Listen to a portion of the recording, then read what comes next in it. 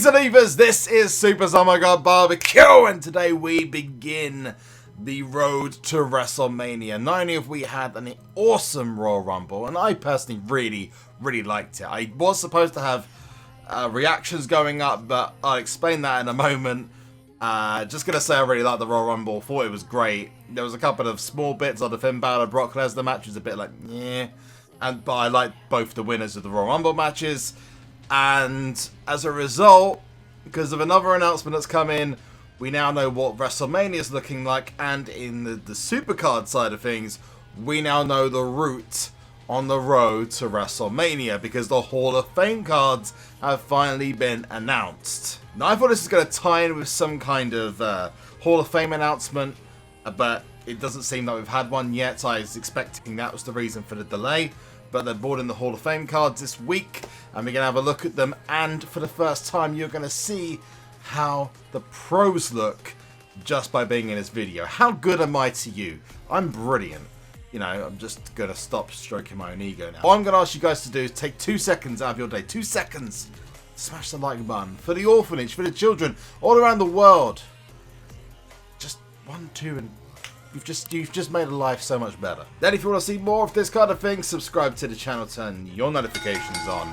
Let's get right into the news. And that is, spoiler alert, Seth Rollins and Becky Lynch won the Royal Rumble this week, the men's and the women's. Even if there was a slight possibility there would have been both women winning both Royal Rumbles, but that's something completely different.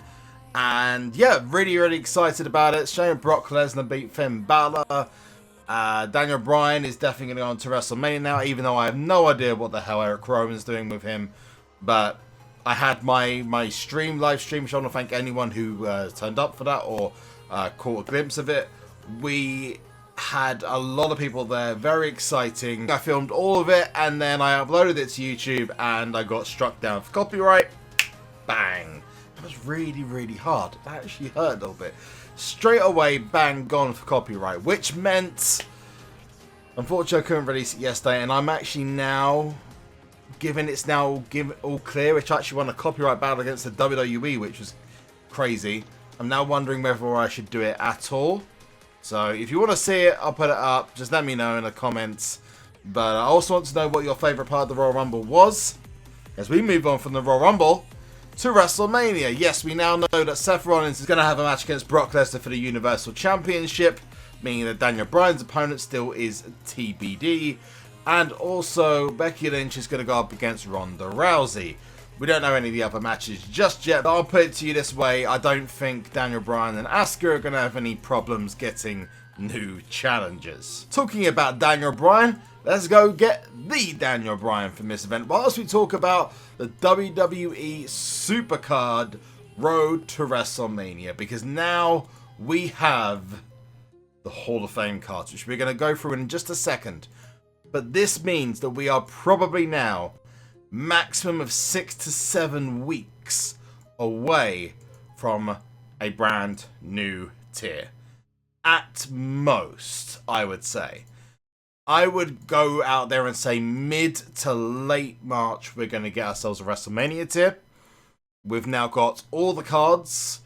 You know, if we're going by previous timelines, we should get a new tier about 8 weeks after the Fusions came out, which was 2 weeks ago. So now we've got 6 weeks left, technically, from the moment the Hall of Fame's come out. So we're looking very early March if that happens. It could be any time. We could end up getting one beginning of March, end of February. Could end up getting literally dead on WrestleMania. We have to wait and see. But fact being fact, we are on the road to WrestleMania. We don't know if there's going to be a WrestleMania edition of WWE 2K19 yet. That may end up coming in the next couple of weeks. Might come out as a big exclusive thing. Maybe get some stuff for WWE SuperCard. I don't know. But we're now in the slowdown time. We're now cooking at a different heat. Normal event cards are going to become maybe less of a requirement now if you're in the upper tiers, and maybe more of a choice. Maybe last man standing would end up being more important because you're going to want to get these OP cards. Talking about last man standing, we don't know what we're going to do with the events yet. We're expecting it to be a last man standing this week. It might not be at all. It's just, there's just so much going on at the moment. But the road to WrestleMania potentially leads to a brand new tier very, very soon, which excites me greatly. Even though I have not finished my deck yet, I'm still one female away from having a full deck. If you could choose any one superstar that's not currently in the game to be in the WrestleMania 35 tier, or whatever tier is going to be, let us know in the comment section below what that is. We're going to grab ourselves Mankind, and then I have to give a formal apology to my teammates because I've been dead since the Royal Rumble, pretty much. And I've not been able to play much. Team Rose Glory is not my strong point. And I kind of relied on a lot of the other guys this time. I, for this week, officially became a freeloader.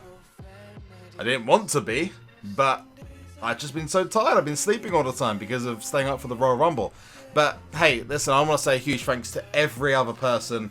Masterbid, TZKU, Ryan, Salt and Deader just absolutely smashed it on our behalf. One of the things, a lot of people will go out there and say, hey, you don't score over a certain amount of points and you're bad at Super. It's like just give me a break. Seriously, like, it doesn't matter how many points you score as long as you're doing something for the team. I personally didn't need Daniel Bryan, but I would have played it if I was actually alive to do it. Because I've been sleeping most of today, and I was sleeping most of yesterday as well. And yeah, I'm not going to get into a rant, but if you have someone in your team who gives you grief because you've got the team card, but you didn't pull your weight, maybe just throw it at them. If it happens all the time, which I have actually offered to step out for TRTGs now, because it's pretty obvious I'm a little bit of a liability on that part, but they've said they want me to stay in, so it's cool. I still charge every TBG. I still absolutely smash Team Ring Domination. So as long as you've got those other benefits and you're not just freeloading completely, then what's the harm? What's the harm? If you do a couple of extra points less than you need to, there's no problem with that. But that's more of like a personal rant from me because I've had a lot of comments aimed at me in the past of like, oh my god, he's a freeloader, oh my god, he does this, that and the other, and it's just like, This is where I have to say huge thanks to the team because they really came in for me here. I really appreciate the huge amount of effort to get this done early. We're going to claim Daniel Bryan now, and then we're going to segue over and have a look at those brand new Hall of Fame cards, and you are going to love the pros. So, there's Daniel Bryan. Wonder who he's going to face at WrestleMania. Segue. Let's start off by speaking about Gothic though, because we've got a list of 6. Strange that they've done that, and then for the throwbacks they've done 7. For the fusions they've done 7. What is it about the Hall of Fames? I know the Hall of Fames usually are like the most, the strongest cards they put out. We have this beautiful Lita card, and in general the design looks fantastic. But we wait until you see the pro. There we have George the Animal Steel, King Booker, Edge, Diamond Dallas Page, and I want that Edge card, and Cactus Jack, and this kind of Gothic church-like background, shining lights. It's almost like it's like in a massive cathedral. Now moving on to the Neon. We start off with this Mr. Perfect Kurt Hennig, which, well deserved. Personally, I would have preferred a shattered version, but beggars can't be choosers. The fact we've got him in a tier is good enough. Then we've got the Godfather. Nice to see him back. Jake the Snake Roberts, Big Boss Man, like it. Alundra Blaze and Rikishi.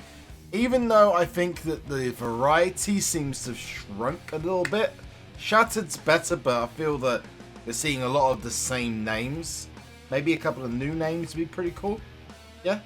Sweet. Next one coming up though, after seeing a couple of small details, I think might just be my favourite. But we're going to start off by looking at Trish Stratus. Oh, she's great. And you know what? She'd be fantastic in my deck right now because I got myself Ruby Riott the other day. So it'd be nice to have her opposite Ruby Riott. The likelihood is as well we're probably going to get a Becky Lynch card on Money in the Bank coming up. Well, that's what you would expect anyway. Andre the Giant. It's actually been a while since he's had. No, he had one for the Goliath Hall of Fame cards. Then we have Don Muraco making a return from WrestleMania 34. Kurt Angle being in the Hall of Fame. I think this is the first time he's been in the Hall of Fame since SummerSlam 17 tier. Yokozuna, first time since Monster. And then I think this is a brand new one, Gorilla Monsoon. Great new addition. If it is, if it isn't, and I'm just being an idiot, I apologize. But very nice to see that. George Animal Steel is going to be one I want, but obviously Edge. I don't know whether it's going to, you know, do I want a rated R superstar version of Edge, or do I want the Brood? But here is the first look of the Shattered Pro, and I know first thing I'm going to say is, doesn't it look beautiful? I'm a massive fan, and I didn't particularly like this until I realized that the design is so much different to the other Hall of Fame cards. For example, the Pro, you get this little thing in the background, this on the right hand side, which is kind of keeping the card in between like barriers. You can see it there, and it knocks it off. Like you get a rock going towards it, it breaks it. There's something else that breaks on the left hand side of it as well. And overall, I think this is probably one of the most impressive designs I've ever seen in the game. So I know that sounds maybe a little bit, no, too much, but honestly, I'm that impressed with it. And it's only when you see the little tiny details, especially in Season 5 cards, that you start to really, really appreciate the amount of work that's gone into these. It's freaking crazy. But there is your first look at the Pro cards. We've obviously had the Neon Shattered and the Gothics now. Let us know what your thoughts are in the comment section below. Make sure to leave a like on this video for all the children in the orphanage. I thought I stopped that whole thing. It literally takes 2 seconds of your time. Just 1, 2, and thumbs up. Subscribe to the channel and turn your notifications on. I'm going to answer the question now. Yes, we are going to have a pack opening for these cards. And in fact, I've got a very special pack battle against someone who's never been featured in the pack battle. They'll do many of their own pack openings, which I'm really excited about as well. So that's going to be coming up very soon. But until next time, I have been SuperZombGBBQ. You have been awesome. One last thing, and that is to... Salute!